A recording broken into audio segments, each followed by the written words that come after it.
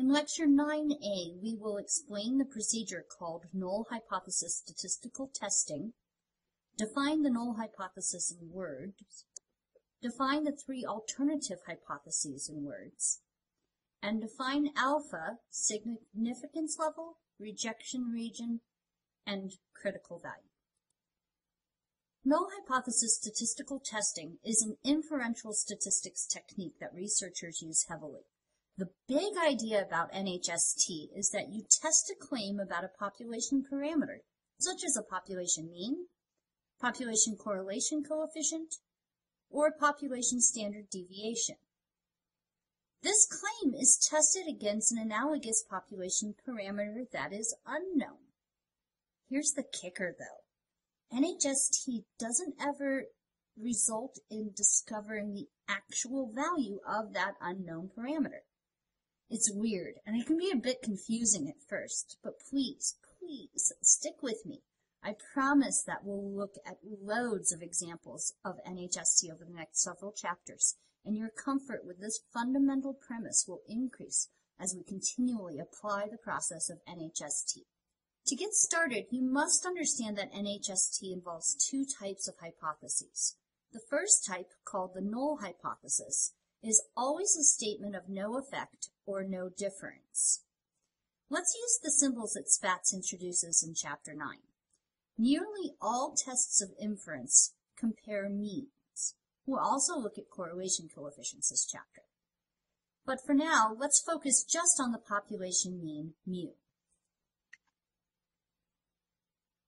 Mu subscript 0, or mu sub 0, represents the claim about a population parameter, and mu sub 1 represents the unknown population parameter.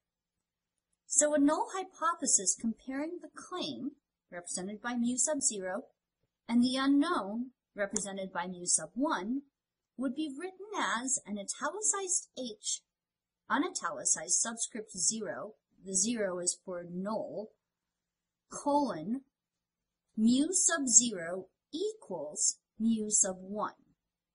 That is, the values for the two population means are the same, or there is no difference between the two values. Null hypotheses are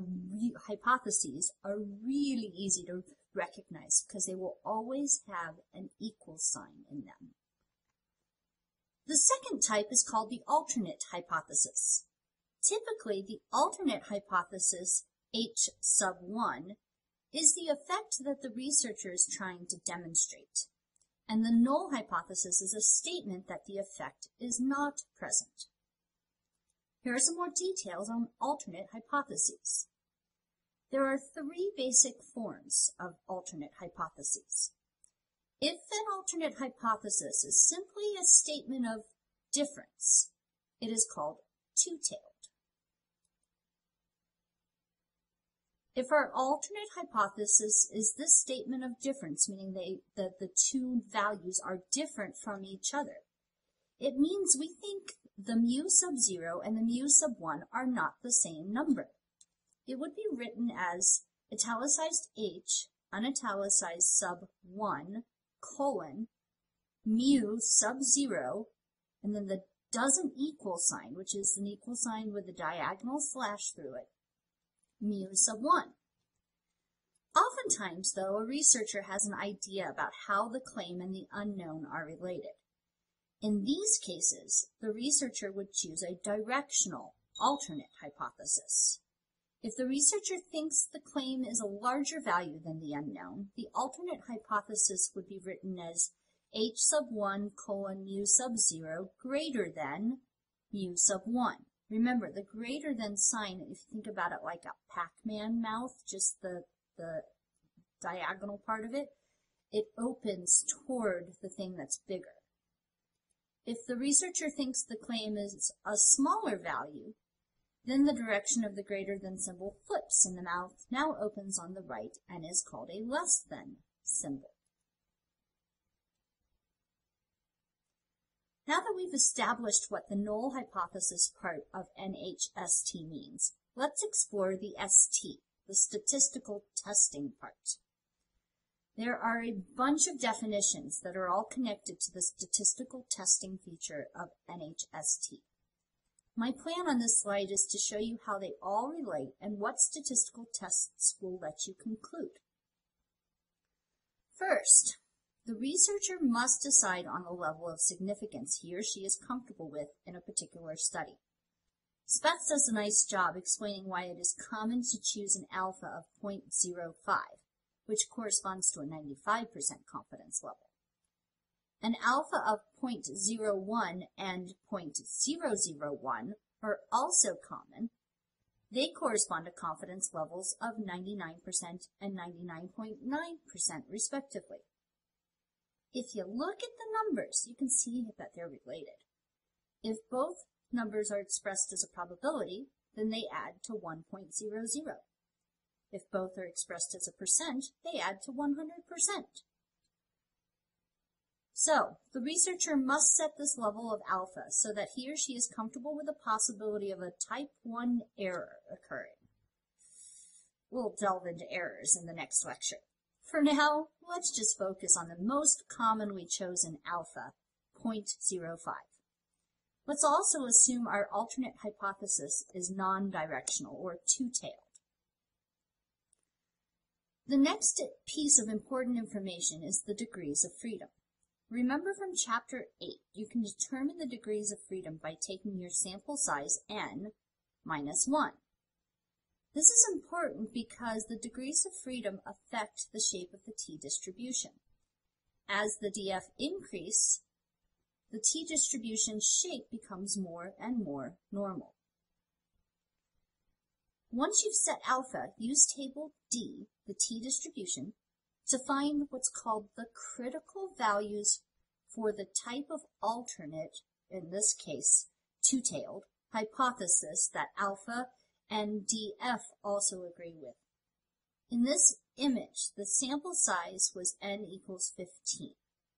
So, the df is n minus 1, or 15 minus 1, or 14, and at a two-tailed, that's that non-directional piece, the two-tailed alpha of 0.05 and degrees of freedom of 14, the critical value is found as 2.145.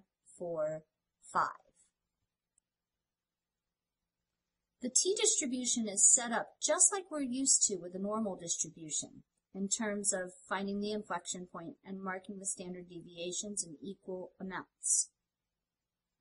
And the critical values are in standard deviation units, just like z-scores were. So to mark a critical value of 2.145, you have to go just past 2 standard deviations from the mean to the left and right of the center. The tail regions are called the rejection region. Notice that the area of these two regions combined adds up to 0.05 of the overall curve, thus marking the extreme 5% of observations we introduced in last chapter. Finally, this curve is ready to use in a statistical test. Using a calculation just like a z-score calculation, you can calculate what's called a test statistic. And this test statistic compares two scores in terms of how different they are in standard deviation units. The more different they are, the greater the value of the test statistic. If the obtained value of the test statistic meets or exceeds the critical value, then the score is in the rejection region and is highly unlikely to have found due to chance alone. Thus, scores with test statistics exceeding their distribution's critical values are said to be statistically significant because they are not likely due to chance alone, and there is more likely an alternate explanation.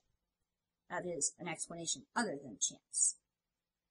If the test statistic isn't extreme enough to be in the rejection region, the researcher must withhold judgment about the difference, and hence, quote-unquote, fails to reject the null hypothesis, which Spatz also refers to as retains the null hypothesis. Phew! Alright, in upcoming lectures, we'll set up so many t-distributions that you'll become very, very comfortable with the lingo we used in this process of beginning to describe null hypothesis statistical testing.